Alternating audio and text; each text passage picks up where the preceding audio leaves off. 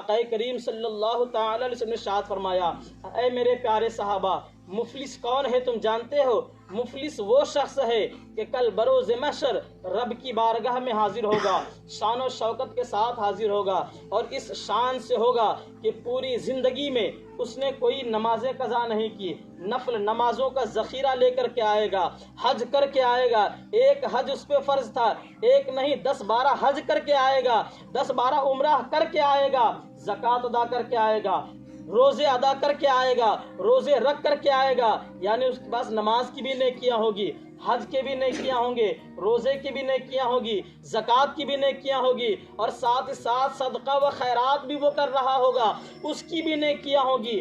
نیکیوں کا وہ پہاڑ لے کر کے اللہ کی بارگاہ میں حاضر ہوگا، لیکن جیسے ہی وہ اللہ کی بارگاہ میں حاضر ہوگا، کچھ لوگ آ جائیں گے اور رب کی بارگاہ میں عرض کریں گے، مولا اس شخص نے میرے حق کو مار لیا تھا، مجھے پریشان کیا تھا، میری زمین یہ شخص چھین کر کے لے گیا تھا۔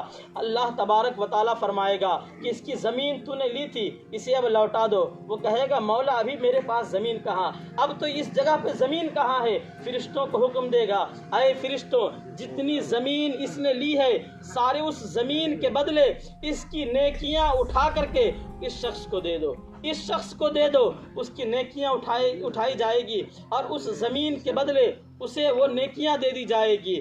اور پھر اسی طرح سے دوسرا شخص حاضر ہوگا، وہ بھی کہے گا، مولا اس نے دنیا میں رہ کر کے میرے ساتھ دھوکہ کیا، جب یہ دکان میں کاروبار کیا کرتا تھا تو جب میں اس سے سامان لینے جاتا تھا تو یہ وزن میں کم کیا کرتا تھا، 10-20 گرام میرے وزن میں مار لیا کرتا تھا۔ پاک پروردگار عالم فرمائے گا، اس کی نیکیاں اٹھاؤ اور اسے دے دو۔ دھیرے دھیرے جو وہ نیکیوں کا پہاڑ لے کر کے آیا تھا وہ نیکیاں ختم ہو جائے گی، اب اس کے پاس دینے کے لیے نہ نیکیاں ہوگی نہ اور کچھ نہیں، کیونکہ وہاں نہ پیسے جائیں گے نہ مال و دولت جائیں گے، وہاں پہ جائے گی تو صرف ہماری نیکیاں جائے گی۔ اس کے ساتھ وہ جو پہاڑ جیسی نیکیاں لے کر کے وہ حاضر ہوا تھا سب ختم ہو جائے گا۔ پھر ایک شخص آ جائے گا، مولا اس نے میرا بھی حق مارا تھا، میرا بھی حق مارا تھا۔ پاک پروردگار عالم فرمائے گا، اس کے پاس تو نیکیاں ختم ہو گئی، لیکن جو شخص سوال کرنے آیا ہے کہ اس نے میرا حق مارا تھا، اس کے جتنے گناہ ہیں اس کے اوپر ڈال دیا جائے، اس کو دے دیا جائے۔ جو شخص نیکیوں کا پہاڑ لے کر کے، نیکیوں کا ذخیرہ لے کر کے رب کی بارگاہ میں حاضر ہوا تھا، ابھی حقیقت یہ ہے کہ اس کے پاس وہ ساری نیکیاں ختم ہو گئی، اب اس کے پاس گناہوں کا انبار ہے۔ جو نیکیوں کی بدولت جنت میں جانے والا تھا، اب گناہوں حقوق العباد کی بدولت اسے جہنم میں ڈال دیا جا رہا ہے۔ حضور سرور کائنات فرماتے ہیں کہ مفلس وہ شخص ہے، مفلس وہ شخص ہے۔ تو آج ہمارا حال کیا ہے؟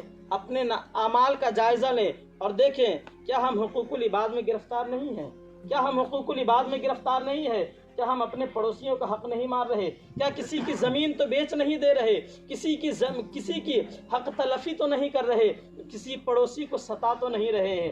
کسی پڑوسی، یہاں تک ہمارے حال تو یہ ہے کہ پڑوسی تو پڑوسی، رشتہ دار تو رشتہ دار ان کا حق مار ہی رہے ہیں، محلے والوں کا حق مار رہے ہیں بہت سارے لوگ۔ لیکن حال تو آج یہ ہو گیا ہے کہ آج جہاں پر لوگ جمع ہو کر کے ایک جگہ کسی کار خیر کے لیے، کسی اچھے کام کے لیے لوگ کچھ بڑھ چڑھ کر کے حصہ لیتے ہیں، لوگ وہاں پر بھی پیسے مار لیتے ہیں، وہاں پر بھی سامان مار لیتے ہیں۔ یہ بڑی افسوس کی بات ہے۔ حضور سرور کائنات صلی اللہ تعالی علیہ وسلم ارشاد فرماتے ہیں کہ جو شخص حقوق العباد میں گرفتار ہو گیا، وہ رب کی بارگاہ میں جتنی بھی دعائیں مانگے اللہ تبارک و تعالیٰ اسے معاف نہیں کرے گا۔ کب تک؟ جب تک وہ اس سے معافی نہ مانگ لے کہ جس کا وہ گنہگار ہے، یعنی جس کا اس نے حق تلفی کی ہے، جس کا حق کو اس نے لوٹا ہے، جس کے سامان کو اس نے چوری کیا ہے، جس کے مال کو اس نے کھایا ہے، اس کے پاس جائے اور کہے کہ اے شخص، میں نے تیرے اس مال کو کھا لیا تھا، میں نے تیرے گھر سے یہ سامان تیرے بغیر اجازت کے اٹھا کر کے لے کے چلا گیا تھا، تیرے گھر سے یہ لکڑیاں لے گیا تھا، تیرے گھر سے وہ سامان لے گیا تھا، میں وہ سامان لوٹا دیتا ہوں اور تم مجھے معاف کر دو۔ جب وہ انسان معاف کر دے گا تو اللہ تبارک و تعالیٰ بھی معاف کر دے گا، لیکن اگر وہ معاف نہ کرے تو اللہ تبارک و تعالیٰ بھی اسے معاف نہیں کرے گا۔